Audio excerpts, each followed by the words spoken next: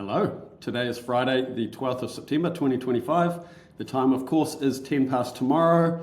And today I'd like to talk about the fact that so much of the commentary around AI for the past few years really just feels pretty same.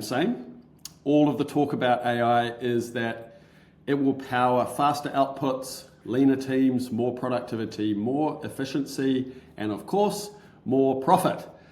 It's really the same playbook that we've been running for decades, arguably centuries, and for most organizations today, that's how they're considering AI, a tool to make the existing machine run faster.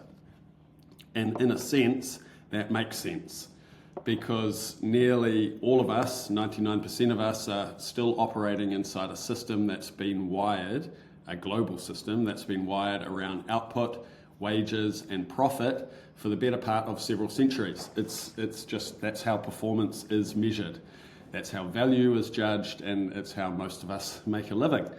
It's so pervasive that it's just how we assume that the world is built to be, actually. And I will admit that I'm a cog in this machine too, given that the majority of my work is with businesses. Yes, I work with a couple of universities as well, but 90% of my work is with businesses. The majority of my framing of AI is as a radical enhancer of efficiency and productivity and innovation, etc.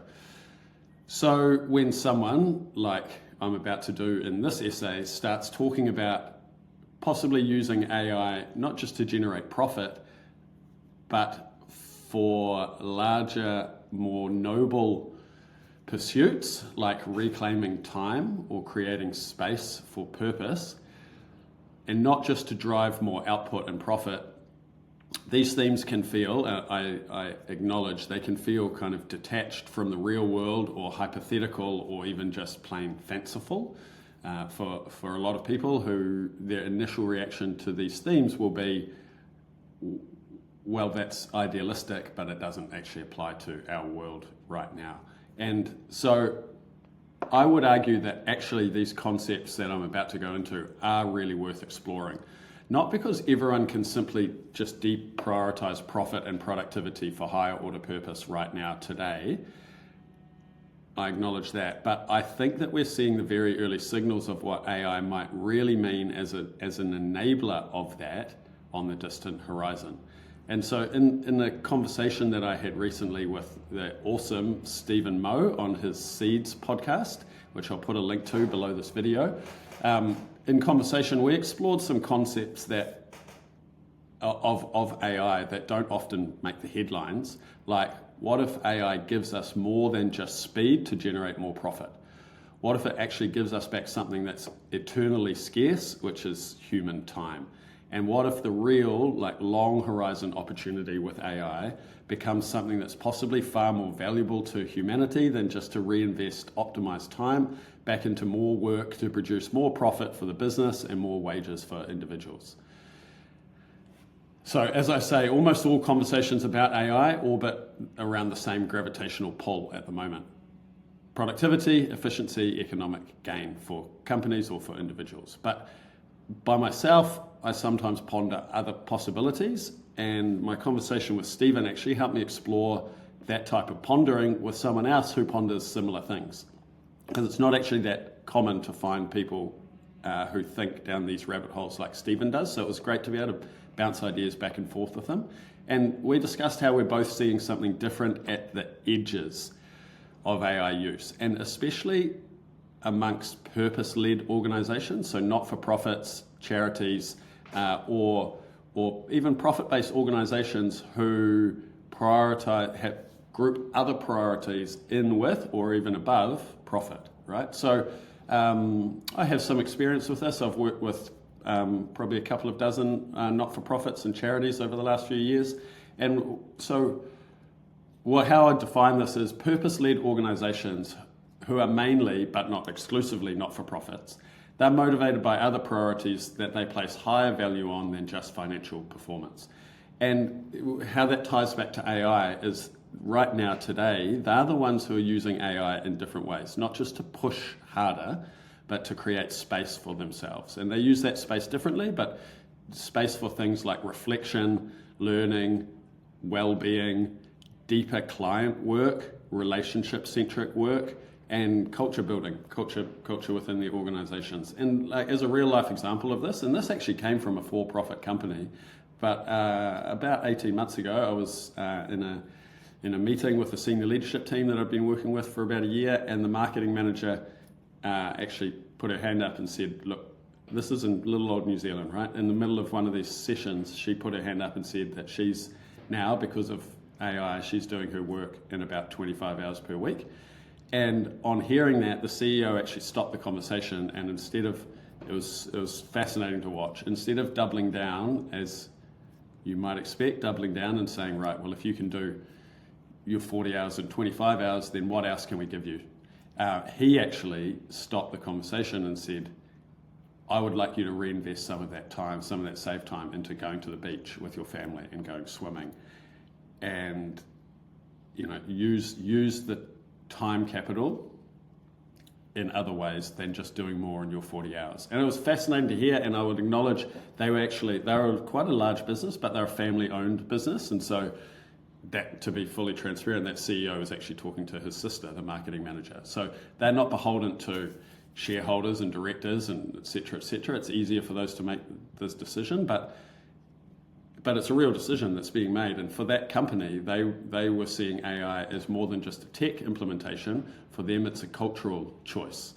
And I think it's that choice that hints at there's this fork in the road coming that I see for us collectively as humanity in the coming generations, caused by AI. And that fork, if you look at path A, that's well worn already. We know that path. That's the path where we just use AI to double down on profit and speed and volume and efficiency and productivity. We know that one. That one's lit up in like neon. Path B is harder to spot. It's not very well trodden at the moment, but it's there. And that's the path where we use AI to reclaim time and then reinvest that in our people and our purpose and new kinds of value. And like I say, there are organizations walking on path B at the moment. Primarily, they are purpose-led organizations, and they're using AI to enable completely different missions and objectives than simply becoming more efficient and productive in a 40-hour block. So what are they doing? Actually, the start is the same as efficiency, productivity motivated organizations. They are becoming more efficient and productive, right? They're shortening those manual, repetitive, heavy work loops through AI. They're clearing out that clutter, and they're removing all that heavy work that weighs them down. But then they're using that free time and they reinvest it in client work, relational tasks, customer-centric, partner-centric tasks and processes, that kind of stuff that builds long-term business trust and loyalty. And then third, they're inviting their teams to co-create, and they're giving their teams and their people the choice about how to use that saved time. So the people have real agency over how AI is really affecting their lives. I noticed there's not just mandates to say, well, if you can save time, then you must do this. Actually, the people get agency in how they redeploy that saved time. And so for those purpose-led organizations, it's not just their AI capability and literacy that's setting them apart. It's actually how their mindset of how they view time. And I'd summarize it by saying, and I think Steven would agree with this on the podcast we did, they're treating time as their most precious capital and how they choose to reinvest that capital. So the point is they're not just defaulting to AI for more output to drive profit, they're making deliberate choices. And this is where I acknowledge we get speculative, but if you zoom out, let's say a 100-year lens, by 21, 25, there's I think, strong possibility that paid work is going to be a much smaller part of a person's life. Not because jobs have disappeared altogether in 100 years' time, but because our economic model has evolved by then. And so in this admittedly hypothetical future, there's a lot of water to pass under the bridge before this could or would be a reality. But in this hypothetical 100-year timeline, AI has become so capable and so good at doing the work that generates economic value. It's actually inefficient to deploy humans to do that kind of work. So profit in many ways becomes something that can be generated just by like switching on a tap or switching on a switch, not by grinding people through a week. And so when AI, if we accept AI will reach that point where it can produce that kind of economic value on demand, then our whole economic model will be kind of forced to evolve, disrupted. And therefore, so might the concept of basing the majority of our adult lives around working for financial reward, either individual financial reward or to contribute to the company financial reward. And so I think in this future, work will still be there, but I can't see financial reward as being on top of the priority pyramid.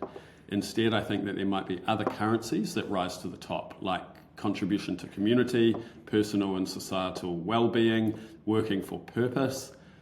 And I think we're already seeing early stage experiments like this. And if you look at things like universal basic income, regenerative economics, time equity, those are concepts that at the moment they're fringe concepts, but historically, this is what futurism tells us, historically today's fringe concepts become the concepts we base our world around, right? So in that hypothetical future of 2125, organizations might no longer just be engines of profit, but they might be scaffolds for people to build their purpose around. Which brings us full circle and back to the present and makes me ask, well, what kind of scaffolding are we building right now with our organizations? And it's something that Steven Moe pointed out in this conversation we had on his podcast that I'd never thought about, but he explained so well, given that he's a lawyer, is that it's worth remembering that every company is actually just a piece of legal fiction. Companies are just social constructs that we've agreed to participate in, but they're not actually real. So what he was saying there is that if we can write policies that define profit margins and quarterly targets, we can also define and measure things like purpose and reinvested time, and that those ideas don't just have to live in value statements, they could actually belong in policy and in governance frameworks and in operating rhythms. And so to wrap all this up, here's where I land with all of this. Yes, AI creates a time dividend, radically so when it's used properly, but that's not actually the interesting bit. The interesting bit is what we choose to do with that time dividend. And let's not pretend that this is easy, right? Most of our organizational systems aren't actually wired right now to accommodate anything other than driving more output in the pursuit of profit and wages. I get that, I acknowledge it, I'm a part of that world, right? So reinvesting time in purpose and learning or culture, it feels in many places like a pipe dream, and it flies in the face of how performance is measured and rewarded today. But it's worth remembering that it took the world over a century to reorganize around the steam engine and urbanization, the Industrial Revolution. So why wouldn't it also take a while for people in our world to reorganize around this incredible intelligence that never sleeps? It could and will take a while, but I think that these early purpose-led organizations and how they're using AI are examples of the tip of the iceberg, and that in them we can see clues of what a future might look like if AI completely reorients our priority dashboards. So maybe on a long horizon, AI becomes the way that we can help future generations of people see the shape of how we're living now and the parts that may no longer apply to them.